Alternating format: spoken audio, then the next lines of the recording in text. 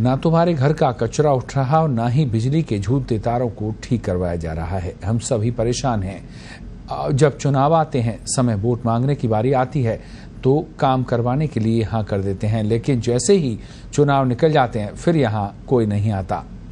Malviya sector 8 के स्थानीय लोगों ने कुछ इसी अंदाज में अपनी समस्या कांग्रेस की उपाध्यक्ष अर्चना शर्मा के सामने रखी। गीता शर्मा का कहना था कि हमारी गलियां सकरी हैं, जिसकी वजह से कचरा उठाने वाला अंदर तक नहीं आ पाता।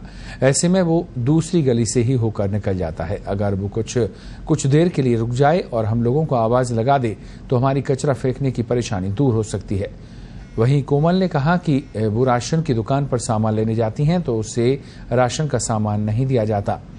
इसी तरीके से रेखा ने बताया कि गली सक्रिय होने की वजह से बिजली के तार झूलते रहते हैं। ऐसे में आए दिन करंट लगने का खतरा रहता है। छत पर बच्चे खेलते हैं। बरसात के दिनों में अक्सर करंट का खतरा आम बात है। मालवीय नगर 8 सेक्टर के लोगों की जब अर्चना शर्मा ने समस्याएं सुनी तो उन्हें हाथों हाथ दूर करने का भी प्रयास किया गया। कुछ समस्याओं के लिए उन्होंने आश्वासन दिया कि वो समय रहते जल्द उनके काम को पूरा करवाने का प्रयास करेंगी।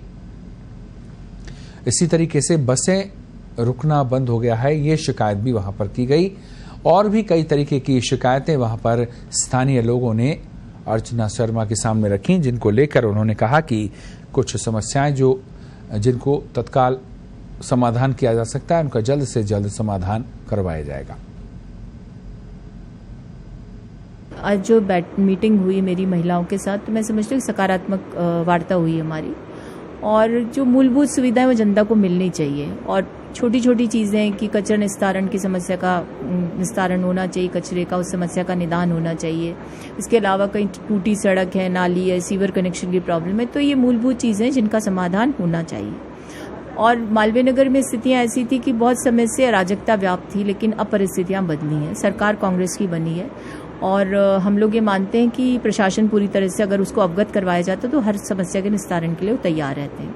और जहां अभी हम लोग चर्चा कर रहे हैं वहां चारों तरफ भी सड़कों का निर्माण हुआ है, सीवर लाइन भी डली है। कचरे के जो गाड़ी आती है उसमें भी प्रयास कर रहे हैं कि चूंकि गलियां छोटी हैं तो अंदर नहीं आ सकती, कुछ समय के लिए उनसे रिक्वेस्ट करेंगे कि वो मोड़ पर रुक करके और कचरे को एकत्रित करने में सहयोग करें।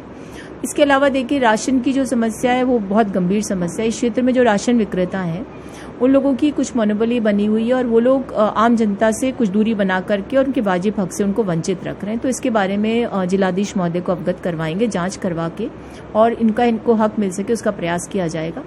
आपको ध्यान होगा कि कोरोना के समय माननीय मुख्यमंत्री महोदय ने बिना भेदभाव के पूरे राजस्थान में जो व्यक्ति जिसको आवश्यकता थी उसको बिना ये सोचे कि उसका क्या स्तर है, कौन से स्ट्रेट ऑफ सोसाइटी को बिलोंग करता है, सबको राशन उपलब्ध करवाया। अगर पहली बार हुआ है मालवीय नगर में कि बहुत शांतिपूर्वक तरीके से हर क्षेत्र में राशन वितरण हुआ है। तो मेरा ये मानना है कि समस्याओं का निदान होना चाहिए।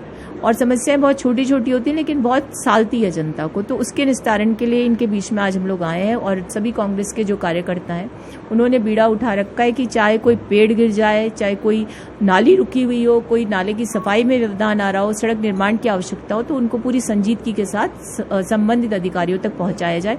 और इसी का परिणाम है कि आज मालवीय नगर में इतने सारे पार्क्स डेवलप हो गए, बहुत सी सड़कें डल गई, सीवर लाइन का काम चल रहा है। और जो 35 साल से ऐसे इलाके थे जहां पर कोई कनेक्टिविटी नहीं थी, उसका भी समाधान किया जाए। कानून व्यवस्था भी यहाँ पर चुस्त दुरुस्त हुई है और यहाँ पर जो एक माफिया राज था उस पर भी अंकुश लगा है। तो बहुत सारी चीजें हैं जिसके लिए जनता के साथ मिलकर के काम करने का प्रयास कांग्रेस सरकार में हम लोग कर रहे हैं।